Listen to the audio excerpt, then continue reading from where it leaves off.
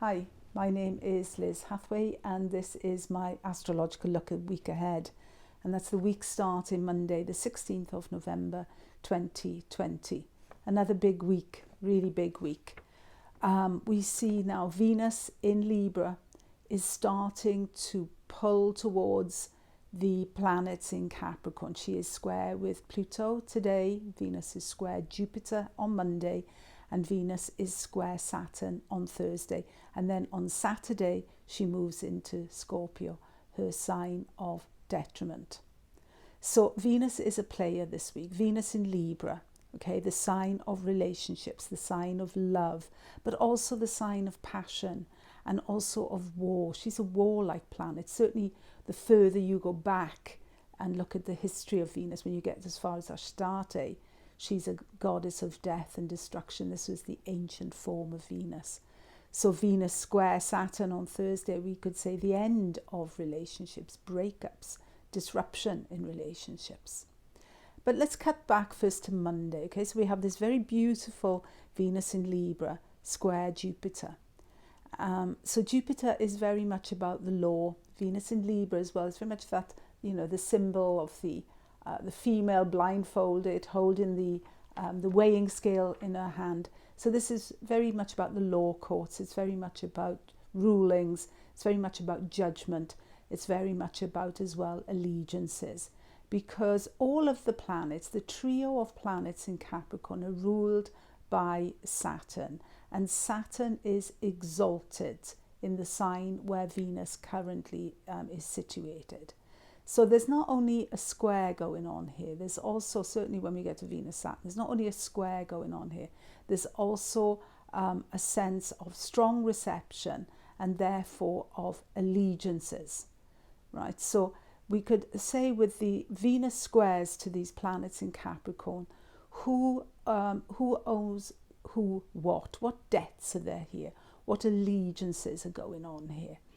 If we think of a vertical axis of power, where everything rests on one person, is top down, the autocrat's very Capricorny in a way, then, we can think, certainly if we look at the American election at the moment and how that's playing out, you wonder who owes who what allegiances are going on here, what power brokering is going on here behind the scenes. And this is very much the theme of this week. Last week with the new moon, we talked about endings and beginnings. Now it's clear that Biden has won this election. It was notable, for example, that at the end of last week, Dominic Cummings, a major player in UK politics because he was advisor of Boris Johnson, closed the door on number 10. He's gone. He's out. The imperative for the UK now to make a deal with the EU is suddenly much higher up the agenda because of the Biden win. Mercury opposite Uranus this week on Tuesday as well. Mercury is a planet very much connected to trade, right? Trade deals, trade talks, and the opposition here with Uranus. Yeah, that is it's fresh air. It's bringing something new to the table. Sometimes, a kink in the cable, some disruption to the normal flow can bring in some new energy. But on the other hand, it can also lead to breakdowns, misunderstandings, because the oppositions are always divisive. So if we think of the previous two Mercury-Uranus oppositions, because there have been three, the first was the Trump-Biden debate, in which definitely Trump was very much the agitator. He was very much the game changer. He was very much, pushing the envelope, pushing, how far can I go with something, which is also Venus square Jupiter. Capricorn is very much about the borders, the edges of the norm, the edges of consensus reality. How far can you push against that? How far can you go with something? So that was the first opposition. The second one, Mercury-Uranus opposition, I thought I'd written the dates here, but I clearly didn't, but it doesn't matter. The second opposition was the crackdown by Washington on Google, for example, and it was also the kidnap plot of the Michigan governor. So there were a lot of stories coming out that were about, shall we say, communication, about disrupting the natural flow in communication, but also news stories that are kind of quite shocking in a way that people talk about. You know, Twitterati are going mad for them, you know. So, yeah, Mercury, Uranus, we're expecting some kind of polarization, some problems in communication, some shocking news, but also a Twitter storm of some sort. But it's also for us personally, it's a moment where we can break old patterns.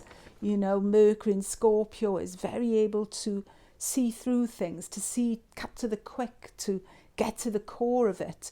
And Uranus in Taurus, you know, it's that stoic, solid, cash in hand, always done it this way. Maybe it's time to change that a bit. That's Uranus in this sign. Shake it up a bit, you know, change our value systems a bit. Scorpio, compensation, loss, desire, and the power of the will. So there's a lot of threads running, I think, through this week, a lot of threads. Thursday, Sun, sextile Saturn.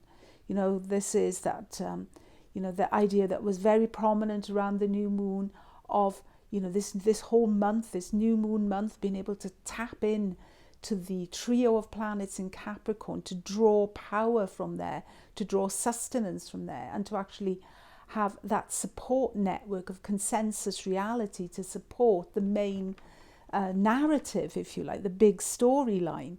So yeah, it's you know, regardless, I think, of what happens with you know, groups like the you know, what was it, the Vote Steal group that's active, and Where's Our Vote and all that. I don't think it's going anywhere. I think the you know, I think this Sun, the authority, is drawing in to consensus reality, Jupiter, Saturn, Pluto.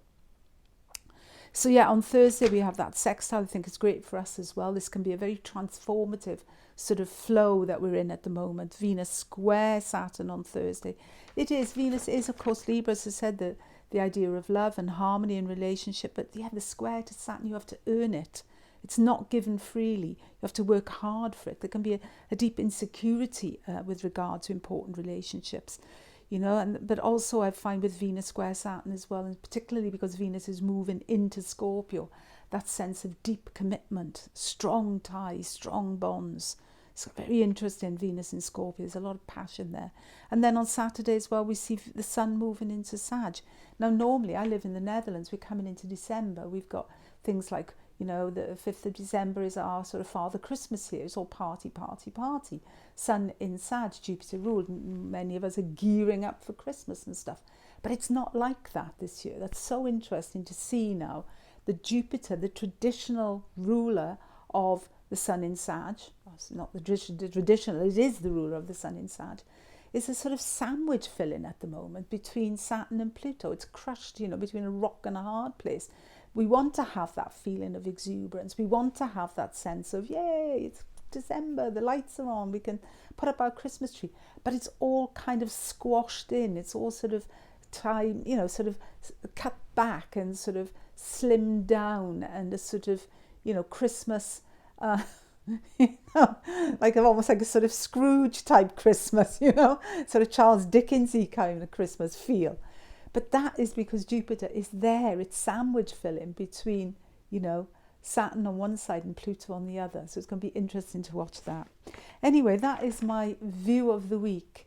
Thank you so much for listening. And yeah, try and, you know, look at old problems in new ways and use that, you know, that new, where that new moon fell, and draw in some positive, you know, sort of growth factor, because that's a rich, dark earth sign, Capricorn. There's a lot of food there for future growth.